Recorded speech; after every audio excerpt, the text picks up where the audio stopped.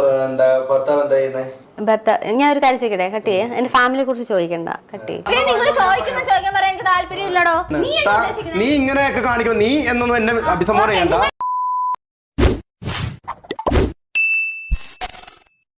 റീൽസിന് വേണ്ടി ചെയ്താണ്. അപ്പൊ നിങ്ങൾ മാരീഡ് ചെയ്തിട്ടില്ല? ഓഹോ, നാട്ടുകാരെ പറ്റിക്കാണല്ലേ. ഓൾറെഡി മാരീഡ് ആണ്. ഭർത്താവ് എന്താ ചെയ്യുന്നത്?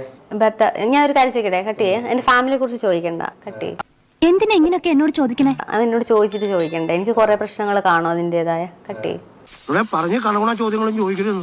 ശ്രീലക്ഷ്മിനെ ആർക്കും അങ്ങനെ ക്ലിയർ ആൻഡ് കട്ടായിട്ട് അറിയണമെന്നൊന്നുമില്ല. പക്ഷെ അലിൻ ജോസ് പെരേര വിവാഹം കഴിച്ചു എന്നുള്ള രീതിയിലാണ് വരുന്നത്. സ്വാഭാവികമായിട്ടും ഈ അലിൻ ജോസ് പെരേര വിവാഹം നിങ്ങൾക്കൊരു നാണം തോന്നില്ലേ? അത്രക്കുള്ള ബുദ്ധിയൊന്നും അതിനില്ലല്ലോ. താങ്കൾ ഇപ്പോഴേ ഫൂളല്ലേ അലിൻ ജോസ്? താങ്കൾ വീണ്ടും വീണ്ടും ഫൂൾ ആയിക്കൊണ്ടിരിക്കുവല്ലേ? സത്യമാണെങ്കിലും എനിക്ക് അംഗീകരിച്ചു കൊടുക്കാൻ പറ്റുമോ? കേരളത്തിൽ സജീവമായിട്ട് നിലനിൽക്കുന്ന എല്ലാ മീഡിയകളിലും നിങ്ങൾ വിവാഹിതരായി എന്ന് പറഞ്ഞാണ് വന്നിരിക്കുന്നത്. അതൊക്കെ ഗോപാലകൃഷ്ണൻ ഒരു നമ്പർ അല്ലേ? ഇത് എന്റെ ഒരു നമ്പറാ. കളിക്കുന്നത് അതിൽ വേണ്ട തെണ്ടി. കേരളത്തിലെ മലയാളികൾ മുഴുവൻ മണ്ടന്മാരാണെന്നാണോ നിങ്ങൾ കരുതിയിരിക്കുന്നത്? നീ എന്താടാ ആളെ കളിയാക്കാ? അപ്പൊ നിങ്ങൾ എന്താ ഇതെന്ത് ഗിമ്മിക്കാണ്? ഇതെന്താ നിങ്ങൾ ഉദ്ദേശിക്കുന്നത്? ഇതിലൂടെ നിങ്ങൾ എന്താ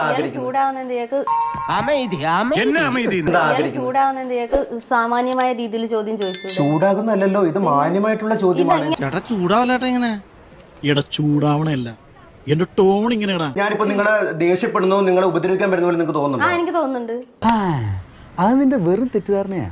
നിങ്ങൾക്ക് ഉപദേശം തരാനല്ല ഞാൻ ഇവിടെ ഇരിക്കുന്നത്. എന്റെ അഭിപ്രായങ്ങൾ ഇവിടെ തുറന്നു പറയാനാണ് ഞാൻ ഇരിക്കുന്നത്.